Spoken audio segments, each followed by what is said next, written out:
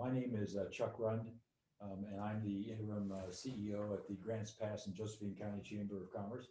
And I'm joined today by Noah Robinson, PhD, who is running for the Senate District Number 2 in the Oregon Senate. So welcome, Noah. Glad you're here.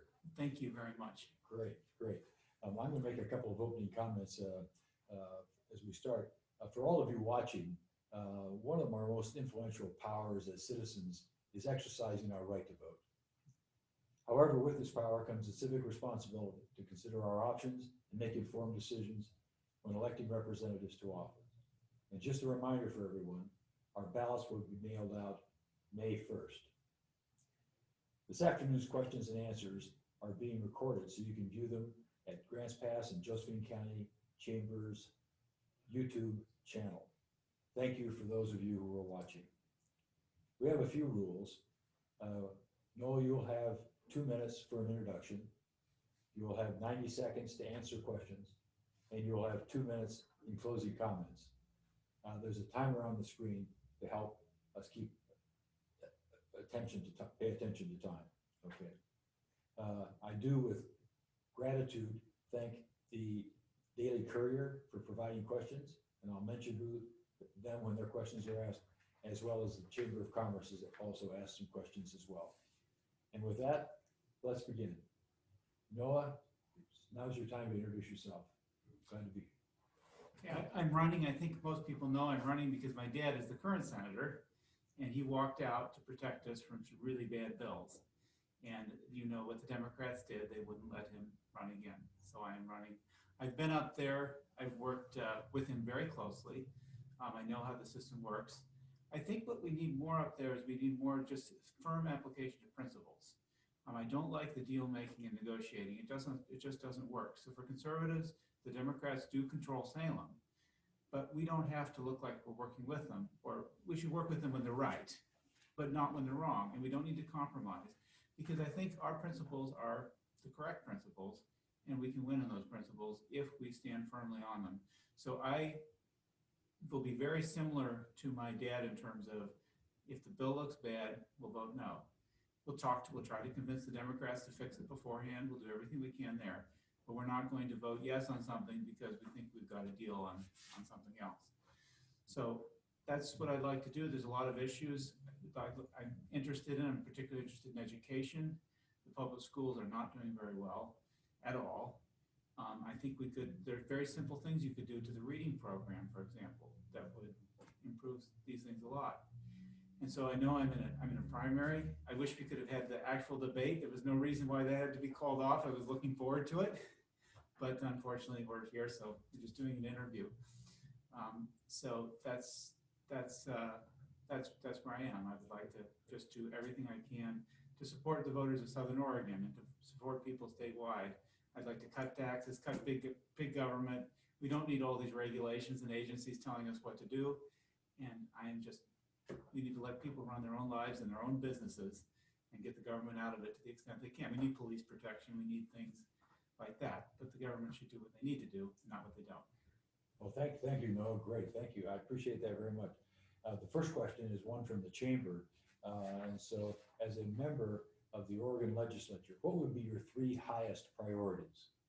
Okay, so my first highest, there are things I'm specific in because I think I can make a difference in education. I have a background in I was homeschooled. My 5 brothers and sisters were homeschooled. We all earned doctorate degrees in science, not just, it worked out very well.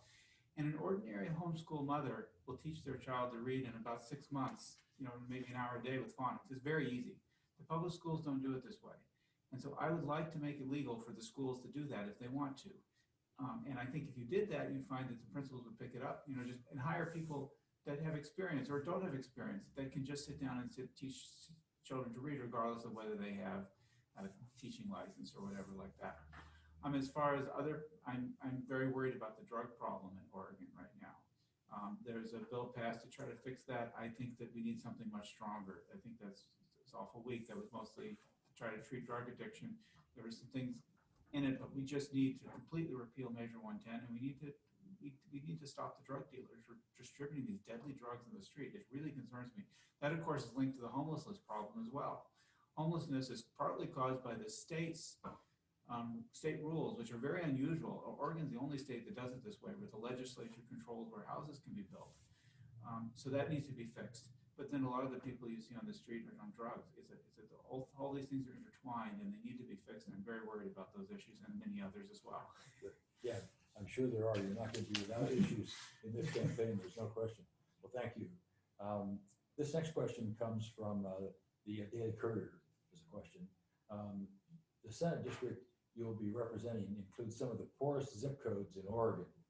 What can you do to address poverty in the district? Okay, poverty is caused by, well, people can't afford houses for one thing. They can barely afford to rent them. And that is caused by a shortage in housing supply. I was talking about it a few minutes ago. If our industries can build those houses, we don't need the government to be building the houses or allocating money for building the houses. We just need private industry to be able to build those houses and to be free from the regulations. The permitting is ridiculous. The prices are insane. People just want to build a house, want to be able to build the house. So we need to get the state out of it and return all of this control to the counties. And then we will not have that problem. The taxes, the regulations that drive up the price of everything, inflation has driven the price of, this is mostly a federal government problem, but the price of everything has been driven through the roof because the value of the dollar is collapsing. Wages aren't rising with it. So the government can't get practically anything right. So we need to leave it up to private businesses to do it and take less money from the people. It's not a question of what money will they give back to us after we send it up there. It's a question of, let's just leave it with the people in the first place and let them keep what they earned and use it to better their lifestyle. Great. Well, thank you. Thank you. This next question covers a little bit of that. And this is a chamber question. Okay. So what are the steps you would advocate for the state to take to improve the business climate in Josephine County? Oh, cut the bureaucracy. You know, every business practically will tell you that he has to deal with a mountain of paperwork. When the last mill closed in the Illinois Valley, that we knew the owner, and he says, you know, he was really sorry to lose his mill, but what he won't miss is the filing cabinets full of forms he has to file practically regularly to keep in business. And the funny thing is, these businesses won't tell you about it. I know of many people who complain about this agency and that. If you push them on it and say, well, I don't want to complain, because they can come after my business. Some agency that has oversight of their business, they just want to satisfy them and go away. Yeah. So all the businessmen are laboring under overbearing regulations, fear of the bureaucracy, fear of what they will do to them. And they don't dare speak up. Some of them will, but most of them don't, because they get in trouble with the agencies. It just cause them trouble one way or another. Because look what's happening to Donald Trump right now. He's being prosecuted in courts all over for things that are just really, it's crazy. But they're using the legal system against him, and agencies can be used against people. So we need to we need to reduce the regulations on businesses and just let them run their business. Right. So, all right. Well, this next is a question is also from the chamber, and that is some public opinion polls have shown that housing and homelessness and the unhoused is a #1 problem in our area. What do you see as the solution to these problems? And you've addressed a little bit of that, but you can continue with that a little bit more. So. Yes, well, I think you'll find that the homelessness is very closely related to drug addiction. We need to get these deadly drugs off of our streets. Fentanyl is just deadly. This is pouring over the southern border too. I think drug dealers should face the harshest penalties possible, and not just when they're within some area or something. We need stronger rules against the drug dealers. And then we need the people that take the drugs have to know that, curiously, the Democrat position is that drug overdose is just a medical emergency. Well, I know it's a powerful addiction, but unless you have personal responsibility, you can't fix the problem. So the drug users have to know that they can go to jail for taking these things. And the drug pushers have to know that they are in big trouble if they're caught. So we need stronger laws against that. As far as the homeless, I've addressed this already, we need to lower the price of housing. It is not, in today's age, with all the advances in technology, why does the house cost so much? It is only because the government is in the way of building them. It's easy to build a house. It's not, anybody can build their own house in a few years with a little bit of skill. It's not that hard. So why should they work for 30 years to pay the mortgage? So it's basically, I think, just get the government out of the way so we can solve the problems and let the localities work on them. Great. And I have another question. Yeah, this is also from the Daily Courier that they sent by for us. Is